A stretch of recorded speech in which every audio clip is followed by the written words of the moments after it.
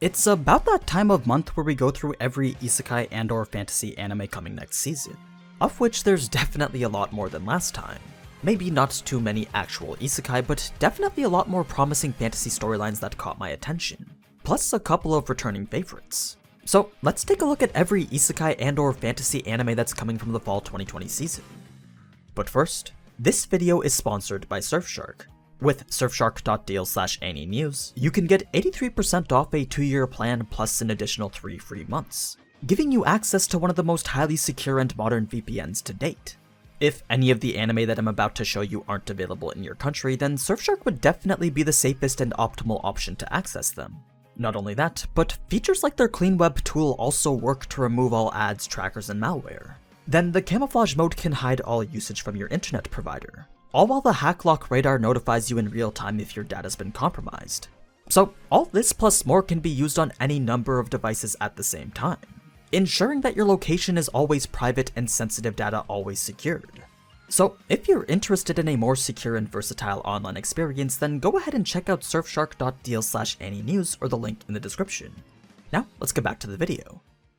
Let's start things off with a genuine isekai. Studio Maho Film's adaptation of the manga I'm Standing on a Million Lives. Of the 2 isekai that this studio is releasing this season, this one looks to be a bit more interesting. The reason I say that is because it seems to take on a more serious undertone.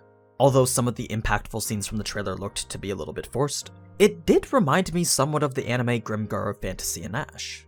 But unlike that series, which was pretty much an isekai on realism mode, this one takes a more game-based approach to its isekai elements.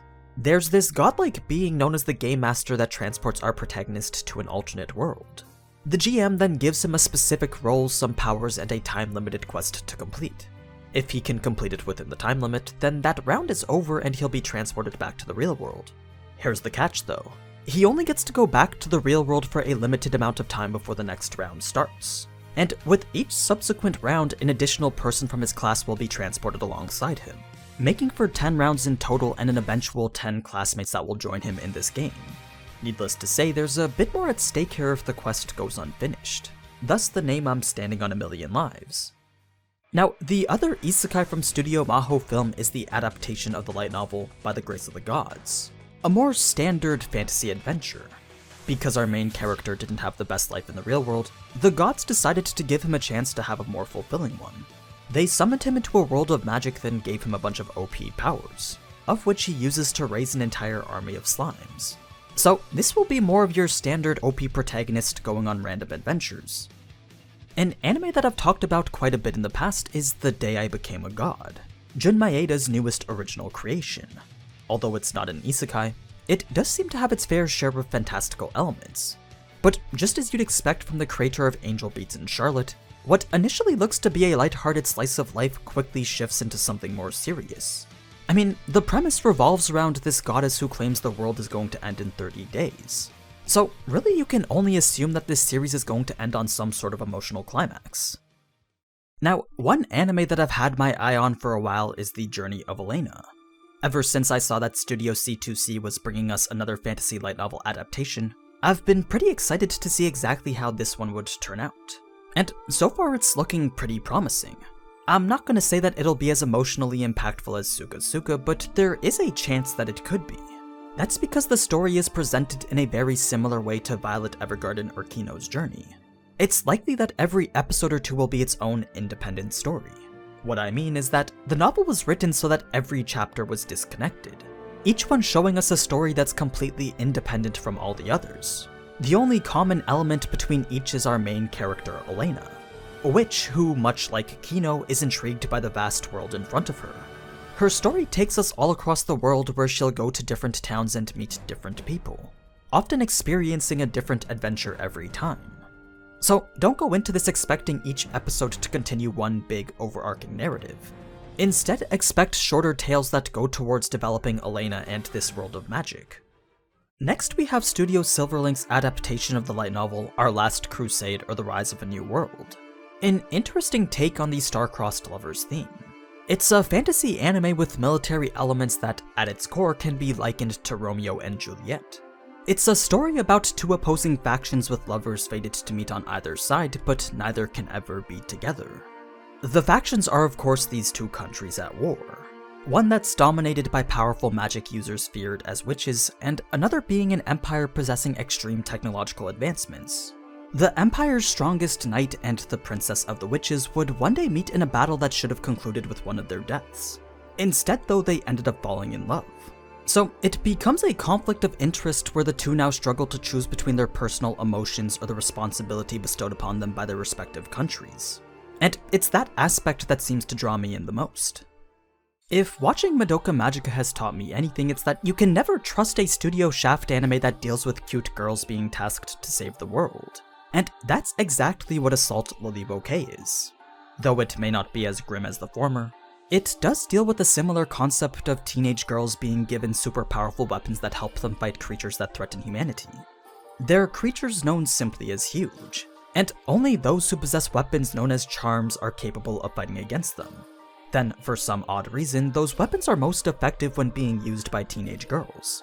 Girls that are trained to become soldiers known as lilies at military academies called gardens. So the story itself will focus on these girls who are in training to become lilies. Although that premise does seem a little bit interesting, personally I'm only gonna watch this because it's by Studio Shaft. I mean, the animation from the trailer already looks pretty amazing. I just hope the story doesn't end up with everyone dying though. Switching back to another isekai, next we have the adaptation of the light novel Kuma Kuma Kuma Bear. It's similar to Bofuri in the sense that our main character finds herself in love with a VR MMO. She also becomes very overpowered after finding a hidden bear costume.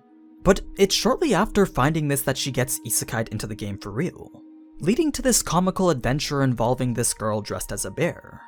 Now, one thing to note about this show is that there isn't any main plotline or specific quest for our main character to follow. Instead, she simply does what she wants to, trying to enjoy her new overpowered life just as Rose did. Next, we have the adaptation of the manga Sleepy Princess in the Demon Castle, a more comedic fantasy in which our main character is a princess captured by demons.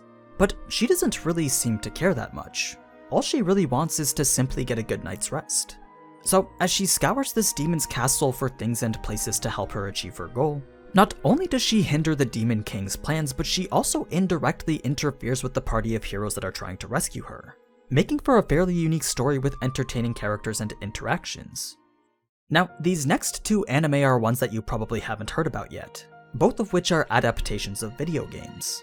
King's Raid brings us more of a generic action fantasy, the standard medieval empire going up against the demons that threaten their existence. I haven't played the South Korean mobile game that it's based off of, but I do know from past game adaptations that they tend to have a high budget in order to properly promote the game. So this could very well turn out to be a decent anime. The other one is the adaptation of the MMORPG Magatsu Wahriet. Although the game itself isn't rated too highly, I thought that perhaps the studio behind it could bring some life to its story. But then I saw that the best anime this studio ever made was, well, this. All jokes aside though, the story itself deals with two different people as they live their lives on opposite sides of the Empire. One's a new soldier that recently joined the army, and the other's a transporter that works in the Empire's shadows, eventually leading to a story where these two people's paths will intersect. Now, the rest of the fantasy anime coming next season are all the sequels. First, we have Danmachi, bringing us to what's supposedly the best arc in the series so far. Based on what I've read and seen, it's definitely something that'll mix things up in the world of Arario. Now, I'm not entirely sure if I'm going to continue my cut content series on it, but I do plan on doing at least a couple videos on the anime, perhaps something a bit more focused on the lore. But instead, the anime that I want to focus on the most is The Irregular at Magic High School. This is by far the anime that I've been looking forward to the most this season.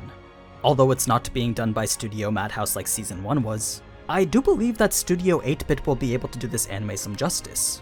And because this is one of those series with such a complex world filled with both science and magic, I figure it'd be right up my alley to cover a lot of those lesser explained topics. So if you're a fan of Mahoka, then I'd definitely recommend sticking around to see what my first few videos on the series will be like. Anyway, that's pretty much every isekai and fantasy from the upcoming season. Of course, there's still plenty of other anime that are probably worth checking out as well, especially shows like Noblesse and Jujutsu Kaisen. So I'd keep an eye on those and maybe Higurashi and Akudama Drive as well. Now, before I go, I'd like to thank Surfshark once again for sponsoring this video. If you're looking for a highly reliable and secure VPN, then be sure to use surfshark.deal/AniNews to get 83% off that 2-year plan today. Now, as always, thank you so much for watching, and if you enjoyed this type of anime content, then you already know what to do. So, until next time, ciao!